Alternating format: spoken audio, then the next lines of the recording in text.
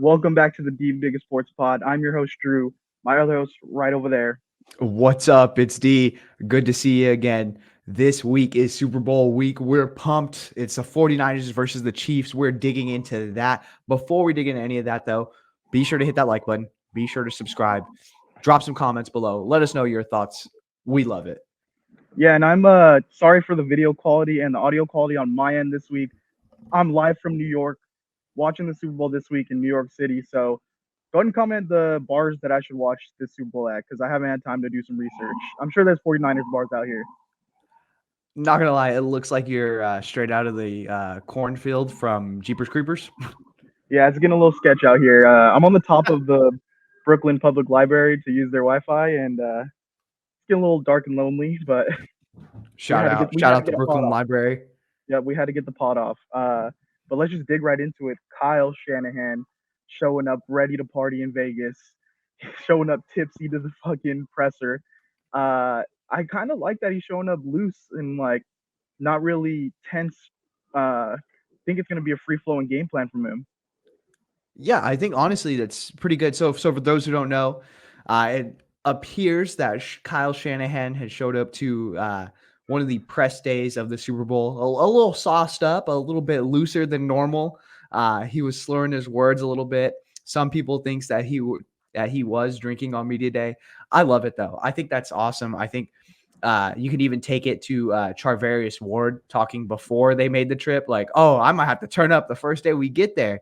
Like these are guys who have been in this spot before, in Kyle Shanahan, Charvarius Ward, and you could even go down the list of all these guys who have been to a Super Bowl and going back to it. They know, like, okay, like it's not as scary because it's familiar territory. You know what I mean? So I like that it is a little bit loose, and I know that you were a little bit wanted to talk about, like, is this a Kyle Shanahan legacy game?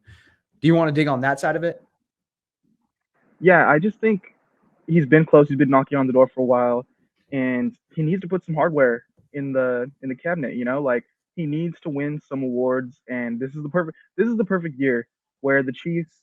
I think this is the worst they've been, and they still somehow made it to the Super Bowl, but they do have flaws, and I think it fits perfectly with what the 49ers can do to expose those flaws. So I think Kyle, in the past, we've seen him super stressed. Uh, I think in that Jimmy, but think of like when he had Jimmy Garoppolo in the Super Bowl, how he was struggling to not call plays that he wanted to call. And think of the stress that puts on him. Like, I have this game plan, but I literally cannot execute it. And now he has Brock Purdy, a guy he has complete trust in, who he can literally do whatever he wants with. And so I think he's feeling that this week. And I think he needs this to kind of start his legacy.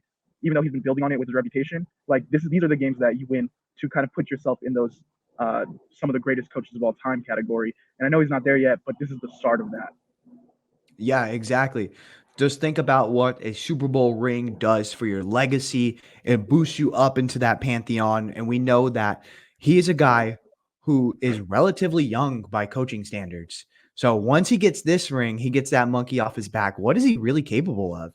I think moving forward, then you're starting to talk about him as like, can he make this run of, hey, well, they have a good young quarterback that's relatively cheap. They still have a lot of pieces. Like, can they make this a dynasty? Things like that. But it all comes back to getting the monkey off your back. The Falcons loss, I think that weighs heavy on him. And I think with a win over the Chiefs in this Super Bowl, that completely absolves him of it. He wasn't even the head coach at the time, but people still pin that on him rather than Dan Quinn.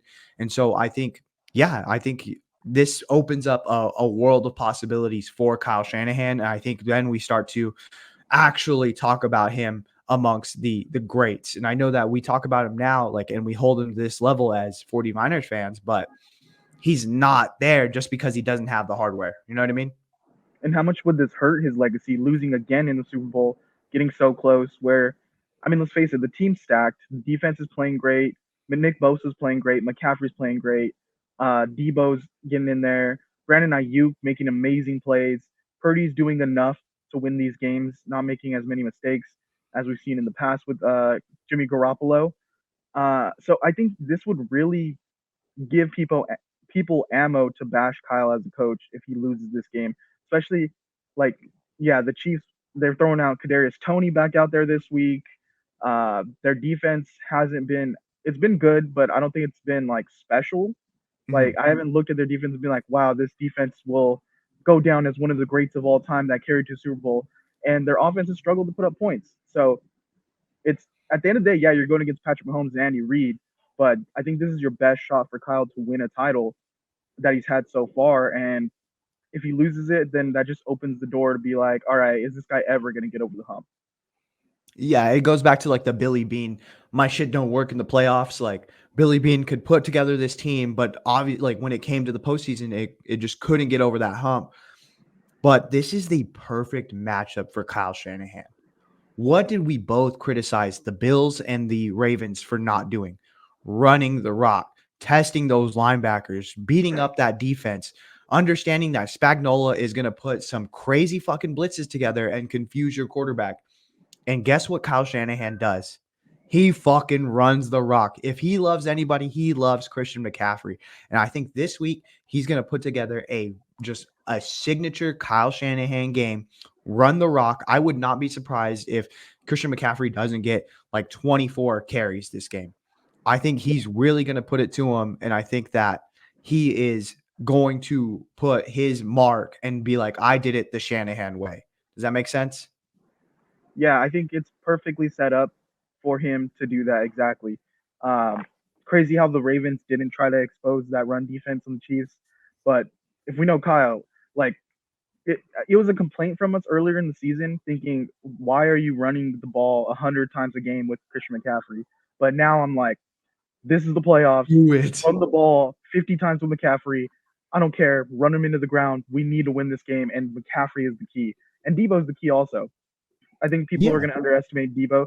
Like when Debo was hurt, this offense struggled, and it's because Kyle sets up the game plan with him being a decoy, with him coming around being a running back. Like he's so integral to this offense that I think, not saying he's better than McCaffrey, but he's more a bigger part of this offense because of the scheme. So having him be involved more is like Kyle's trump card right there. Like that's his main chess piece, and that will let McCaffrey fall into place. Yeah, and again, I just think that this kind of sets up perfectly for a Shanahan game. I wouldn't be surprised if the first half of football just flies by because that's just how typically 49ers games go. Like the first half is gone in an instant, and then you're like, okay, well, now we're fighting for possessions. The next two or three are really going to count. And we've seen that the Chiefs offense does stall out just because they don't have offensive weapons. They've struggled this entire year to put up second half points, and that's where the 49ers can really capitalize and put it to them. You know what I mean? Yeah. So you guys let us know how you're feeling about going into this game with Kyle Shanahan and his legacy. Thinking he pulls it off. You're thinking Andy Reid and Pat Mahomes got it.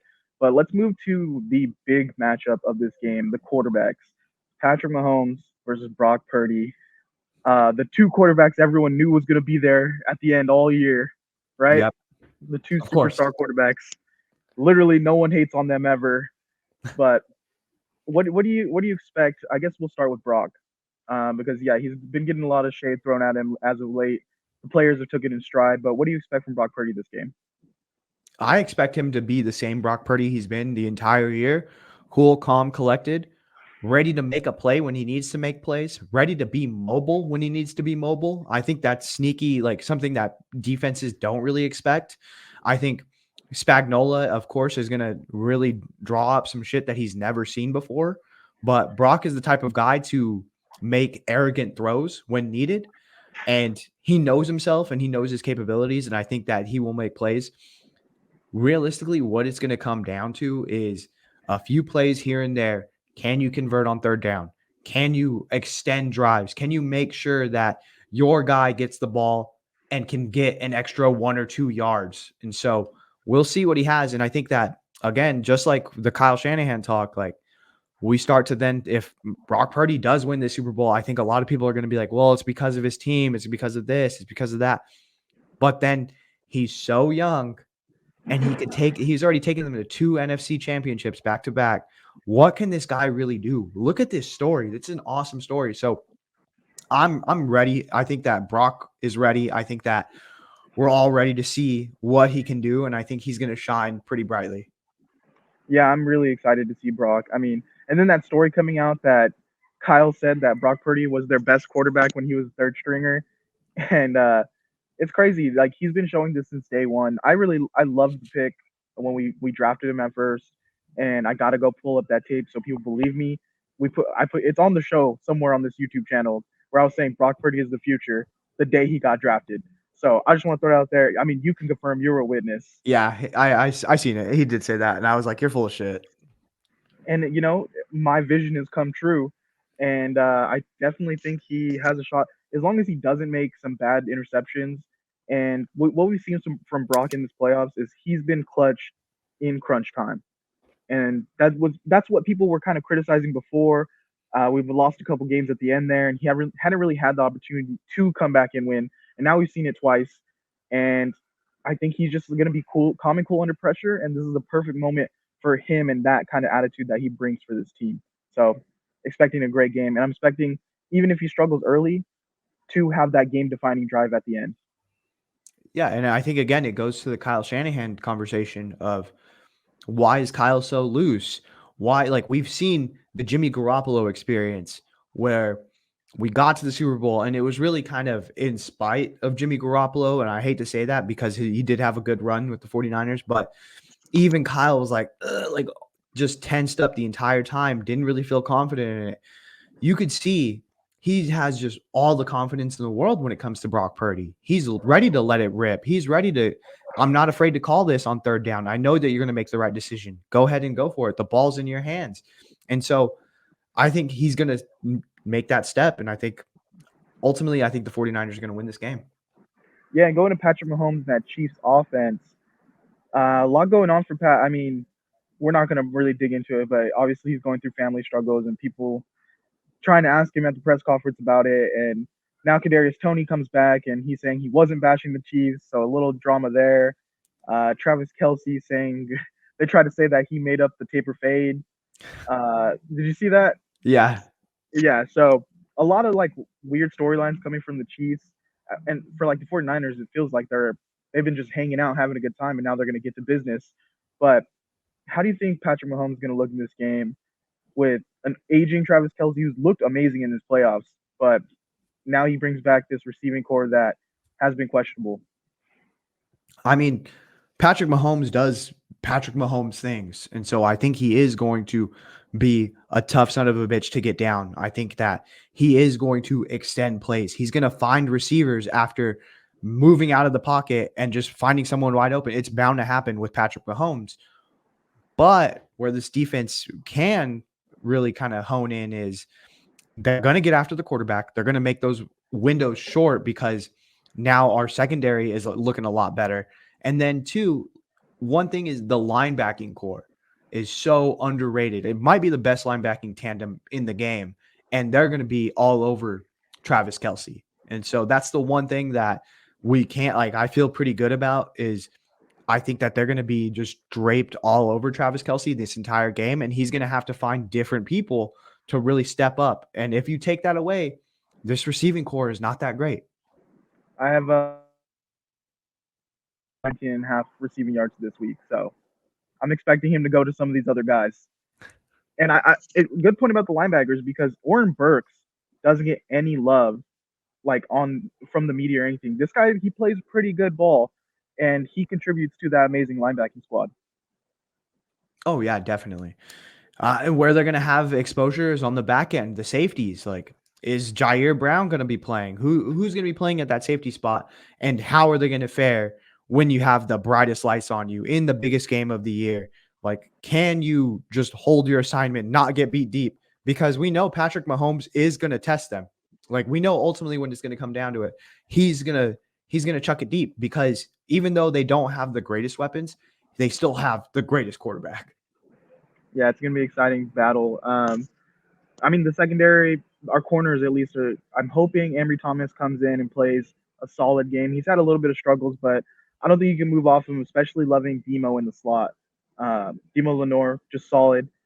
If it does come down to it, are you open to kicking Demo back out to that outside corner spot?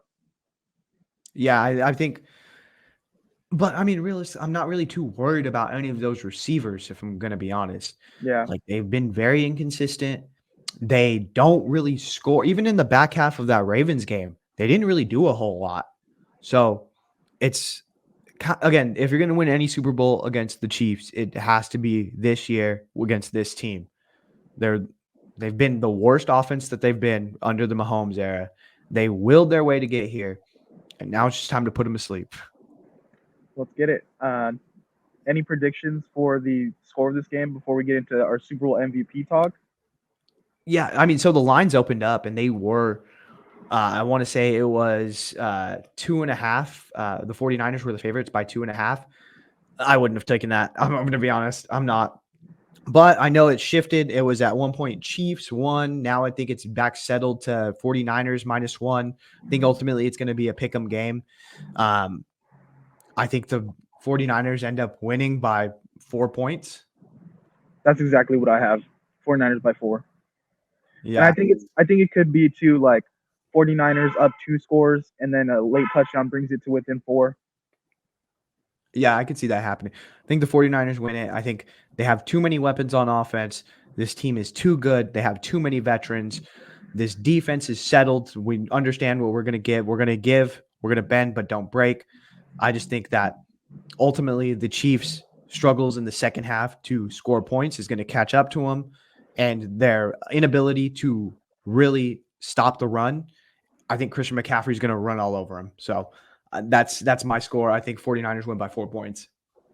Yeah, so let's move to the Super Bowl MVP conversation.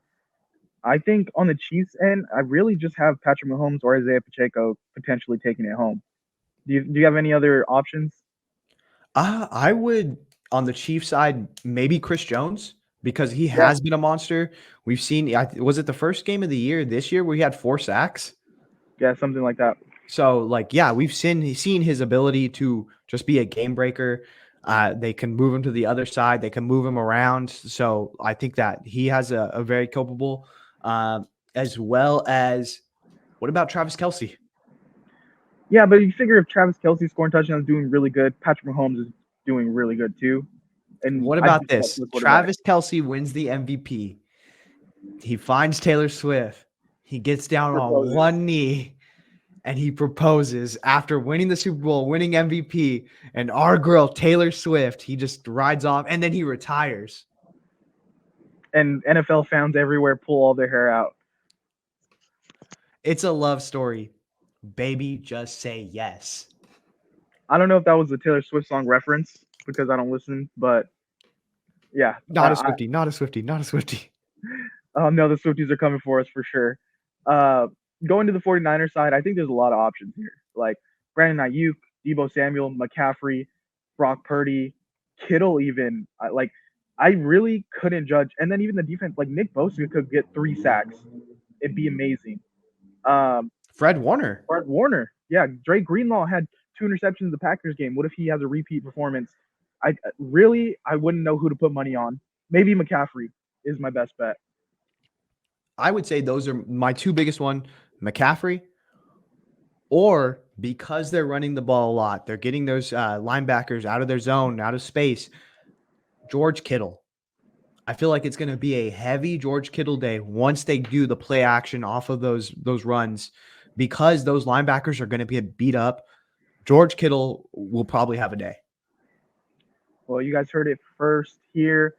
Go in and lock in those bets because no, we're not experts on that. We're totally just throwing that out there. But let us know in the comments who you think the Super Bowl MVP could be or who you're putting money on. We just want to wrap up today with the Senior Bowl. Oh, We're hold gonna on. get Before more we get to past the Super Bowl really quick, it's going to be a halftime performance by Usher. Ursher, baby. What is your favorite Usher song? Mm. And who do you think he will bring out as a special guest? It's tough. It's tough. I know your favorite Usher song, but he's not gonna do it. I know he's Uh, not. So I'm pretty sad. my favorite. I mean, he has to do yeah, Oh, yeah. yeah. He has to do yeah. That's a good go-to. I wonder if he'll slow things down a little bit. You I know, hope so. a little my boo. You know, I think that one has a good like beat to it to where you could do like a halftime show with I it. think we could just touch on the Senior Bowl really quick. Uh, who got the Player of the Week honors? I know on the defensive side, Oregon's Evan Williams performed well. He got Player of the Week, but who was on the offensive side? I know Spencer Rattler got the MVP. Oh wow, And his yeah, stock is trending up big time. I know that they were really impressed with him throughout the practices. He was a guy who showed a lot of confidence, and then he went out there in the game, and then I believe he went 4 for 4 with a touchdown and got MVP honors. And the guys who ended up struggling at quarterback were Michael Penix and Bo Nix. Bo Nix had a pretty bad show of practicing. There's one where it's a really bad, really big QB or cornerback versus wide receiver set, and he underthrows it by like 3 or 4 yards, and everyone just made fun of him because of it. Uh, on the wide receiver side, I know Roma Dunze is trending up, and then so is Malik Neighbors. yeah, yeah. A lot of quarterback talk. We're going to cover all that draft stuff after the Super Bowl. We're going to dig more into it. I'm really surprised about Spencer Rattler, though. You know, I've been low on his draft stock, so I mean, I hope he proves wrong. Like, I wasn't really thinking he would climb boards that much, but it looks like he's going to be able to make a case. Yeah, definitely. And honestly, I talked to you about this off pod, I believe, where I like Spencer Rattler. I think that he's a guy who's been famous since he was a kid from the QB1 show. So that comes with its good and its bad. He was a guy who got benched. He's come back. He's transferred schools. He was had a bad O line, put up really good numbers. I think that the buzz around him in NFL circles is that he does have NFL starter capabilities, and you're probably going to be able to get him in the third or fourth round. And I wouldn't be surprised if someone does pick him up. I know on Twitter I had a conversation with someone, and they were saying that they remind him of Desmond Ridder because he had a good Senior Bowl showing. He went into the third round, and I could see something like that. But I think that Spencer Rattler has a lot more talent than Desmond Ridder, if I'm going to be honest.